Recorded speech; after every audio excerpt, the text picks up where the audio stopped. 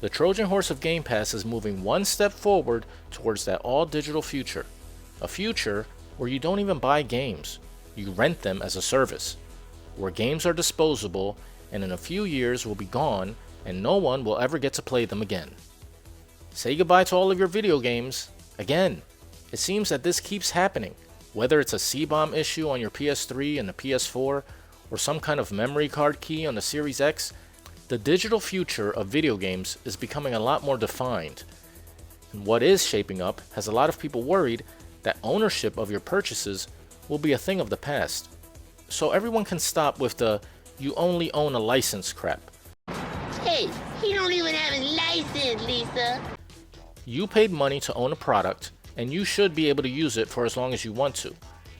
This bait and switch of selling you a game and sometimes a movie, and then taking away your right to play that game after a certain time keeps happening more and more.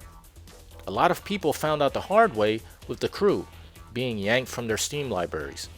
And come June 5th, when the Switch 2 releases, more people will find out just how bad these companies really don't want you owning a copy of the games that you buy. Switch 2's keycard system isn't a new thing.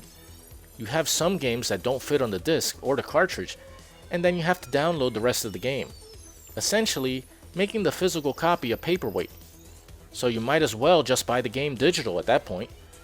And I think that is the point.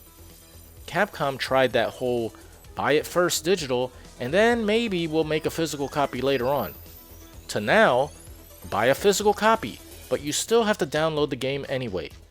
The physical copy isn't a copy at all, but a download key to a digital purchase.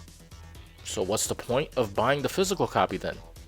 It's like a Pavlovian psyop, conditioning your behavior through bad experiences.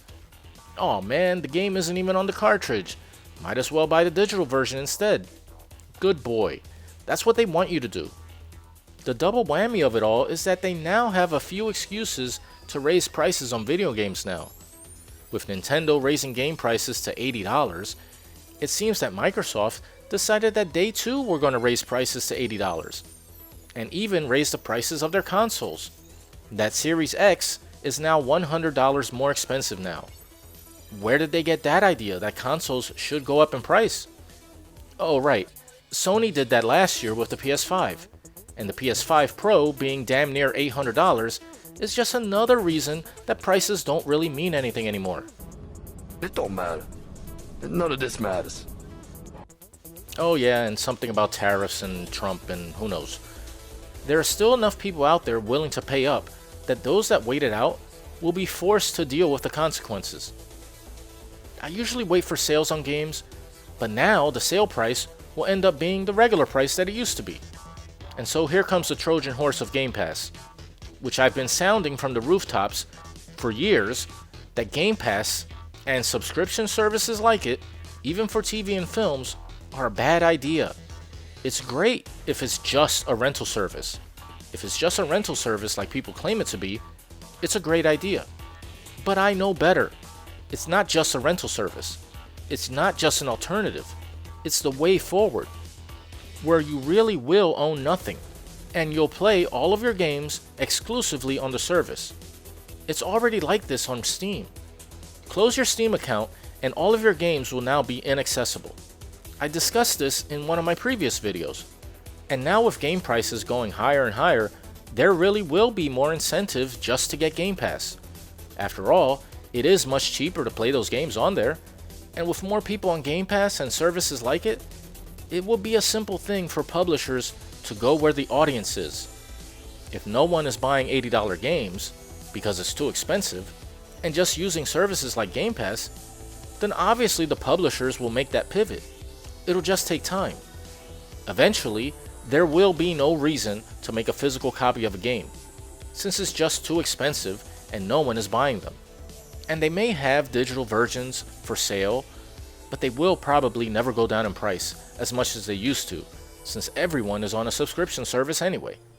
There's no need for sales. This won't happen overnight, mind you, but with the trends that I'm noticing, it probably will happen. Everyone loves their Steam sales, right? But eventually, if people already can have access to the game for just a few bucks a month, why would they bother buying the games? And even then, when you buy them, it's still digital. And they can still yank those games away from you for any number of reasons and any new ways that they want to create. What I'm saying is that you're all being corralled toward an all-digital subscription service where you don't have access to games anymore.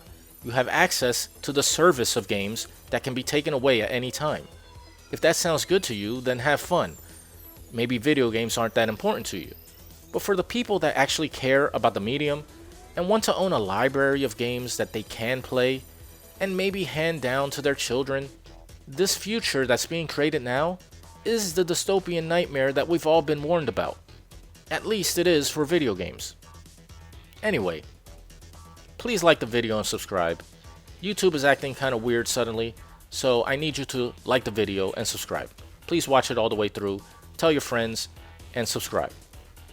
Anyway, till next time.